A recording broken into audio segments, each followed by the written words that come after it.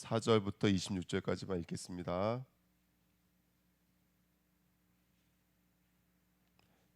창세기 25장 24절부터 26절입니다.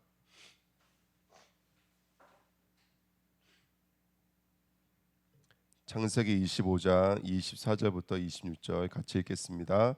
그 해산 기한이 찬즉 태의 쌍둥이가 있었는데 먼저 나온 자는 붉고 전신이 터로 같아서 이름을 에서라 하였고 후에 나온 아우는 손으로 에서의 발꿈치를 잡았으므로 그 이름을 야곱이라 하였으며 리브가가 그들을 낳을 때에 이삭이 60세였더라. 아멘. 하나님 감사합니다. 오늘도 에서에서 야곱으로 나아가는 복된 시간 되어지기를 원합니다. 우리의 모든 율법이 복음으로 돌이켜지는 귀한 구원의 여정 속에 우리가 있는 줄 믿습니다. 오늘도 말씀을 통해서 진리의 복음 깨닫게 하시고 우리의 삶이 어떤 것인지를 들여다보는 복된 시간, 복음이 복음되어져가는 귀한 응답을 드리도록 이 시간 역사하여 주옵소서. 감사드리며 예수 그리스도의 이름으로 기도하옵나이다. 아멘. 자, 오늘 에서와 야곱에 대한 이야기입니다. 에서는 율법을 상징하는 사람이고 야곱은 복음을 상징하는 사람입니다. 인간 편에서 보면은 에서가 훌륭해 보이고 야곱은 모자라 보입니다. 하지만 에서는 은혜가 없는 사람이고 야곱은 은혜가 있는 사람입니다. 오늘도 우리가 은혜를 구하면서 구원의 여정을 가는 저와 여러분 됐으면 좋겠습니다. 자, 두 사람인데 첫 번째 에서에 대해서 우리가 말씀 함께 나누려고 해요. 에서는 오늘 뭘로 표현하고 있냐면 에서는 붉은 전신이 터룩 같아서 이렇게, 그러니까 사람의 색깔이 붉다라는 거예요. 지금요, 이 야곱이 에서가 이 붉다라는 말이 아드모니는 아담이라는 단어에서 왔습니다. 아담이라는 단어를 파자를 하면 어떤 뜻이 되냐면 제가 이번에 써놨어요. 아담은 그 단어의 뜻을 그대로 파자하면 아담은 뭐를 배우는 자? 피를 배우는 자. 이게 아담의 뜻을 파자한 뜻이에요. 우리 사탄의 뜻이 땅으로 가리키고 땅으로 분석하게 만드는 자, 이런 뜻이죠. 그렇죠? 땅에 머물게 만드는 게 사탄이 하는 일이잖아요. 그러니까 아담은 어떤 존재냐면 피를 배우는 자예요. 저와 여러분들은 뭐를 배우는 자냐면 왜 예수가 피를 흘리셔야 되는지를 배우는 자예요. 희생 제사가 뭔지를 배우는 자예요. 누군가의 희생이 없으면 안 된다는 사실을 배우는 게 바로 아담의 삶인 거예요. 그래서 이사야서도 죄가 붉은 모습으로 표현되어져 있죠. 그래서 이 붉음은 죄를 상징하는 거고 또 반대로 뭘도 상징하는 거라면 피 흘림이 없은즉 피를 상징하기도 해요. 그래서 이번에 1번 보시면 그래서 육체의 생명은 어디에 있어요? 피에 있습니다. 이렇게 써 있어요.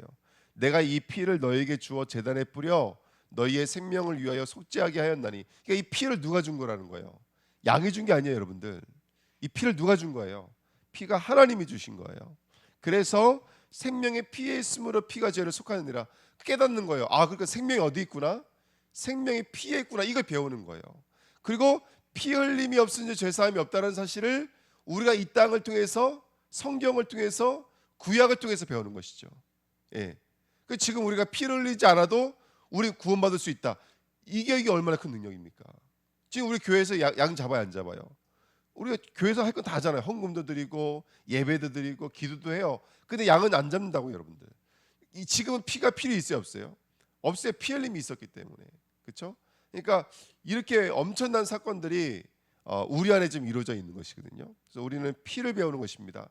또 우리 마태복음 26장 28절에도 이것은 죄사함을 얻게 하려고 많은 사람을 위하여 흘리는 바 나의 피 곧 언약의 피니라. 예, 뭐 양의 피, 염소의 피 아무 필요 없는 거고요.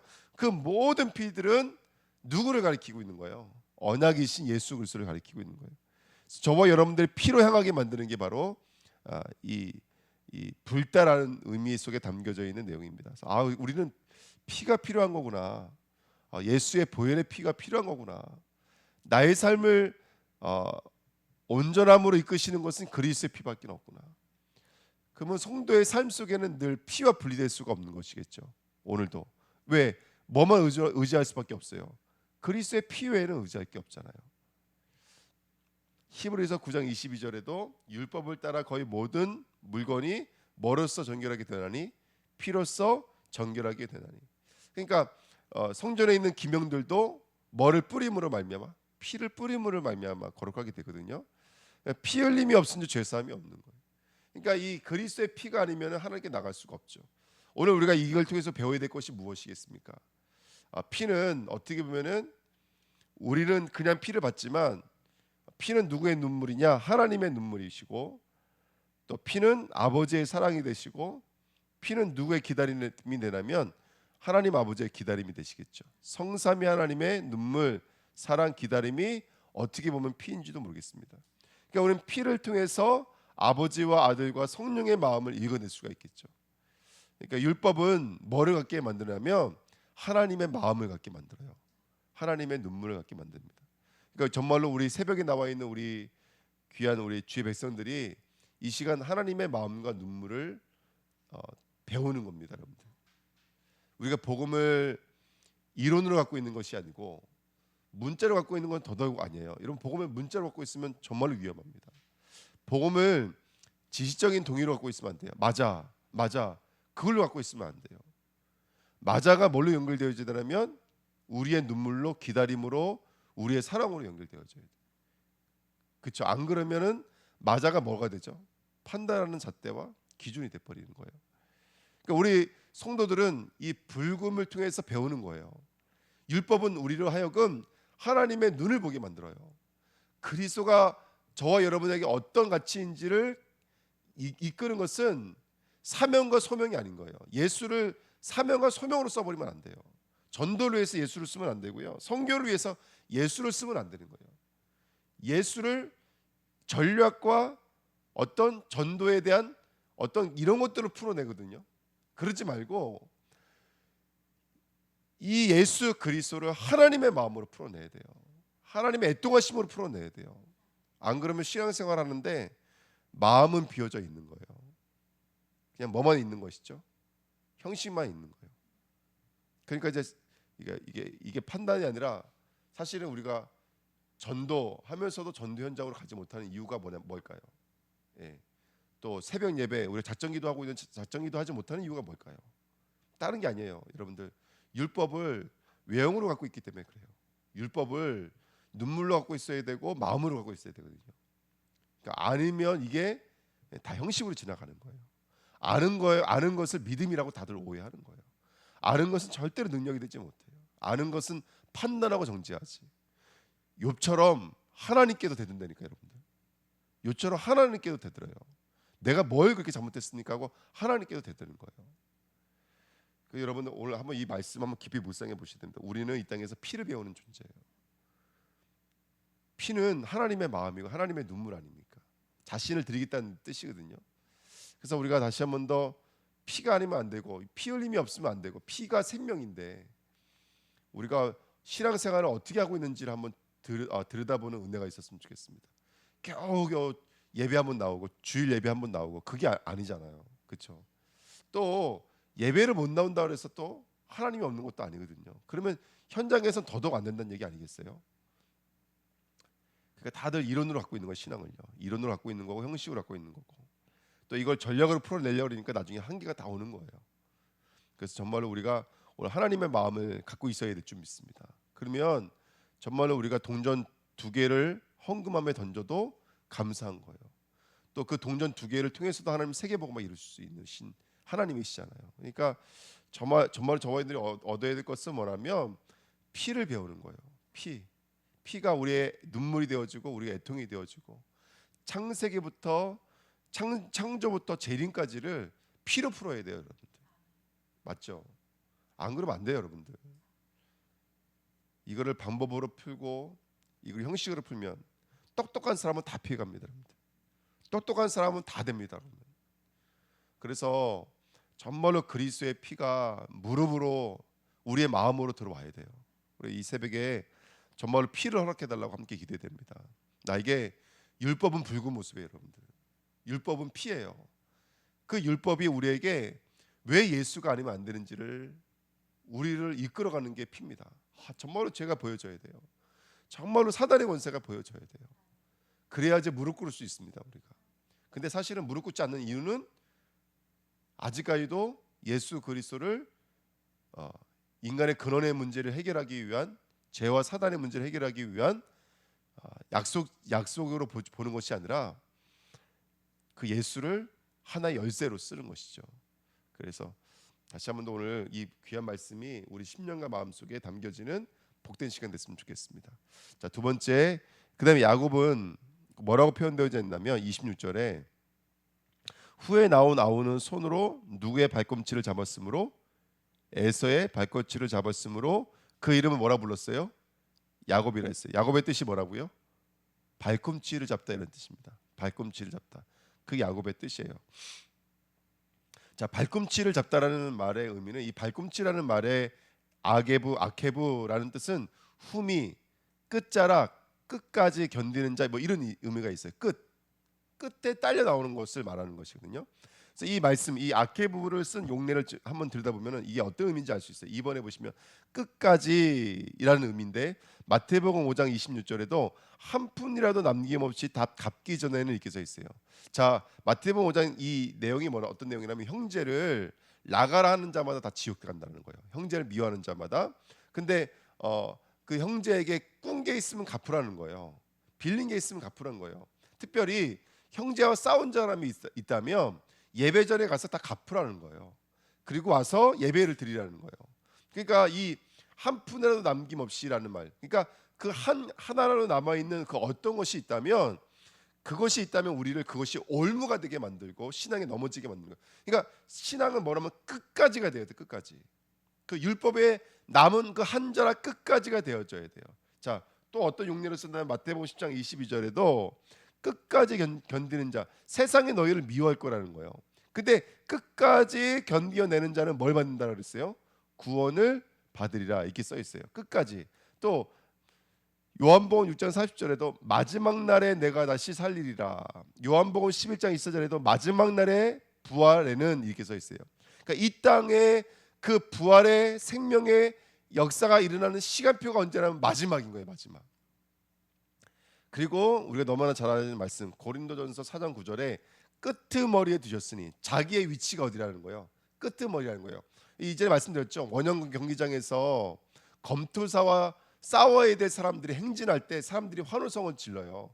그때 제일 먼저 들어가는 사람이 검투사예요. 그 다음에 이제 용병들이 들어가고 맨 마지막에 들어간 사람이 누구냐면 그때 잡혀온 기독교인들. 그러니까 이 사람들은 오늘 이 경기장에 어떤 역할을 하는 거예요? 악역을 하는 거예요. 저기 켄트족입니다. 저기 우리 로마의 적수가 됐던 어떤 족속입니다.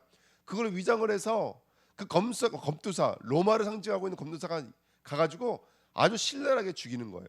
그러므로 말미암아 정말로 이 로마 백성들의 사기를 세우고, 그렇게 끄트머리에 들어가는 사람들, 오늘 죽기로 작정되어 있는 사람들, 그게 끄트머리. 바울은 늘 이렇게 신앙생활하는 거예요. 내 삶을 들여다보면 끄트머리에 있는 것 같다. 예. 그러니까 오늘 이 삶이 얼마나 고단하고 눈물 나고 얼마나 힘든지 몰라요. 예, 그런 의미고요. 고린도전서 15장 8절에도 나중에 만삭되지 못하여 난 자. 이게 바울이 그 자신의 삶이 모자란 삶이라는 거예요. 너무나 모자라고 너무나 부족하고 가진 것이 하나도 없고 되어진 것이 하나도 없는 것 같은 그런 고난의 삶을 살았다는 말이죠. 자, 율법의 마지막, 세상 끝날, 마지막 부활의 날, 이렇게 계속 말하고 있는데요. 이 말들이 상징하는 게 뭐냐면, 이 말은 반대로 말하는 거죠. 쉽게 말하면 결국 율법은 뭐가 있다는 뜻인 거예요. 언젠가 율법은 끝이 있다는 거예요. 이 말이 이해되세요? 지금은 너무너무 고되고 힘들지만 결국 율법은 뭐가 있다는 거예요? 끝이 분명히 존재한다. 끝이 존재한다. 그래서 이 땅, 이 하늘, 이 나라, 이 세상, 심지어 우리 영적인 문제들도 언젠가 뭐가 있어요, 여러분들. 끝이 있는 거예요, 여러분들. 율법은 분명히 끝이 있는 거예요. 그래서 저와 여러분들은 분명히 끝이 있기 때문에 그 발꿈치를 붙잡는 자가 돼야 돼요.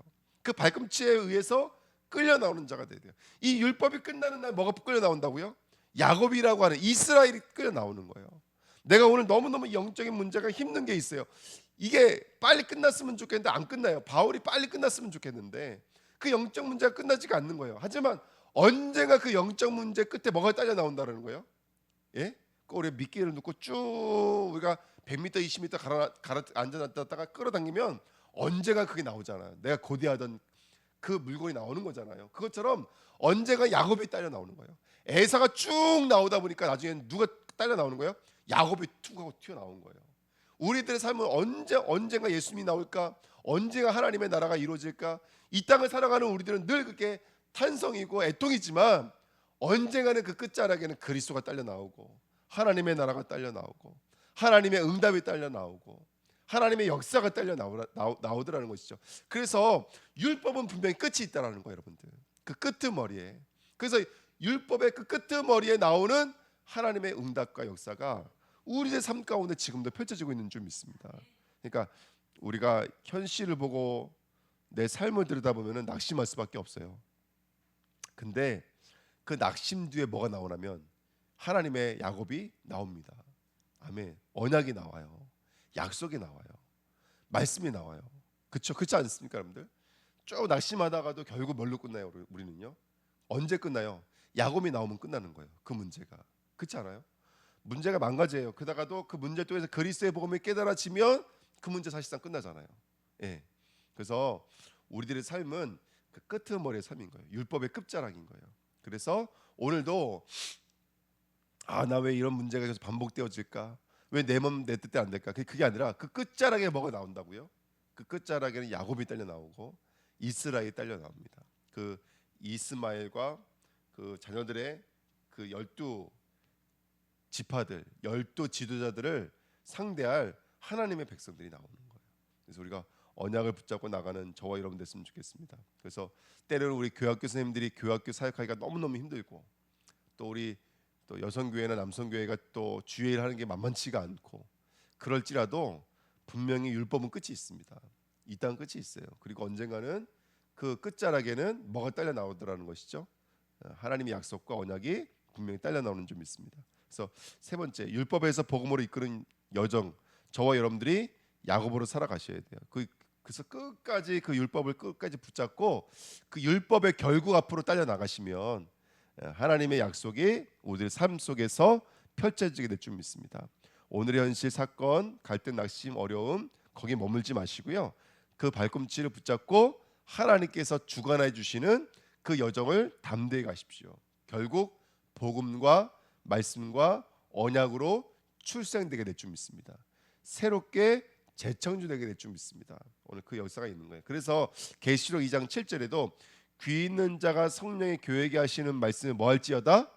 들을지어다. 이 말씀을 들을지어다. 이 말씀이 뭐예요?